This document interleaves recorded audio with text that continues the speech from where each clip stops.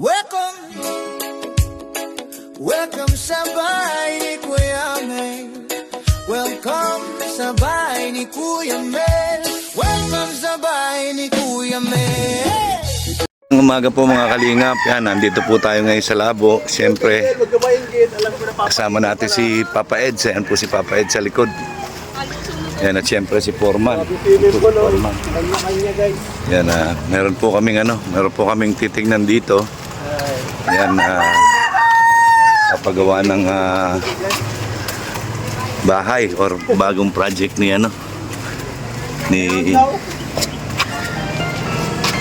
Kalingap Edu. Ay, gagawin na yung tulay ni Tinyel.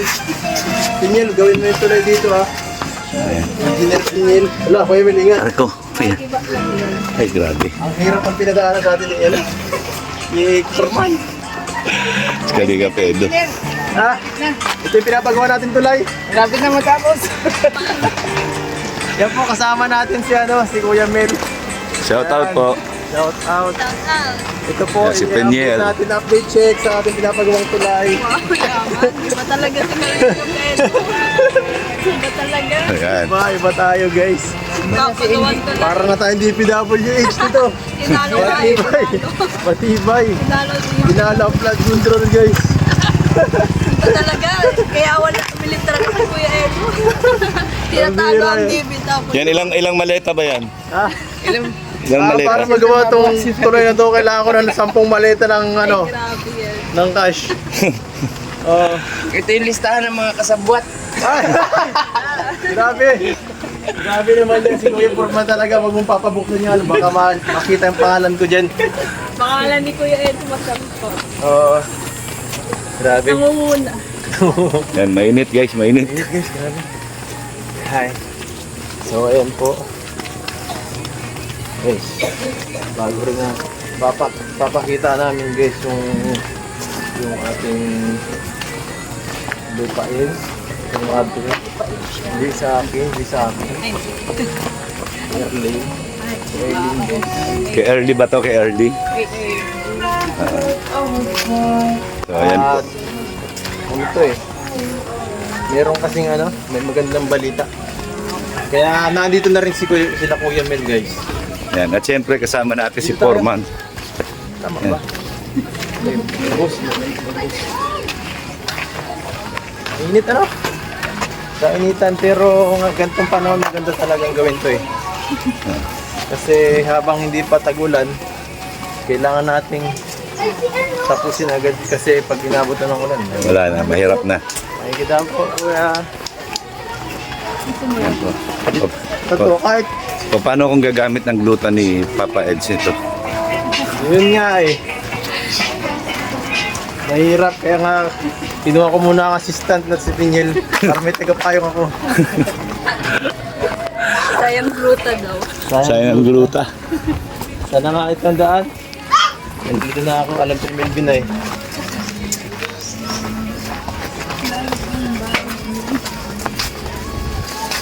Yan po. Pabahay pala to kay Early. Plano pa lang. Plano. Plano pa lang. At least na may plano na. Kahit hindi na ituloy, may plano na eh. Eh, may plano na nga, papatayo ang paba. Hanggang plano na lang. Puro plano.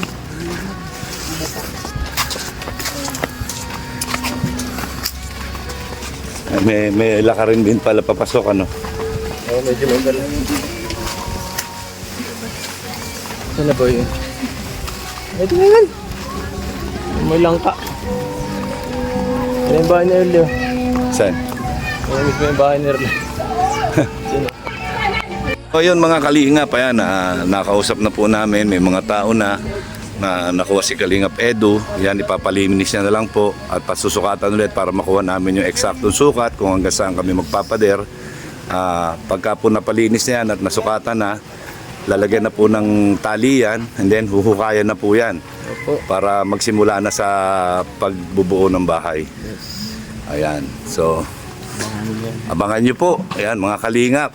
Ayan, kami po yung magtutulong-tulong dito. Ayan, sisiguraduhin namin na ikasisiyan nyo. Salamat po. Ayan. Siyempre sa tulong nila Kuya Mel at ng Foreman. Dahil yan po. Mas medyo na komportable ako dahil may kasama ako na asikaso. Yung laman niya ganun. Yan. Mapupuntahan ko naman ito parati. Wala yung laman. Ito po.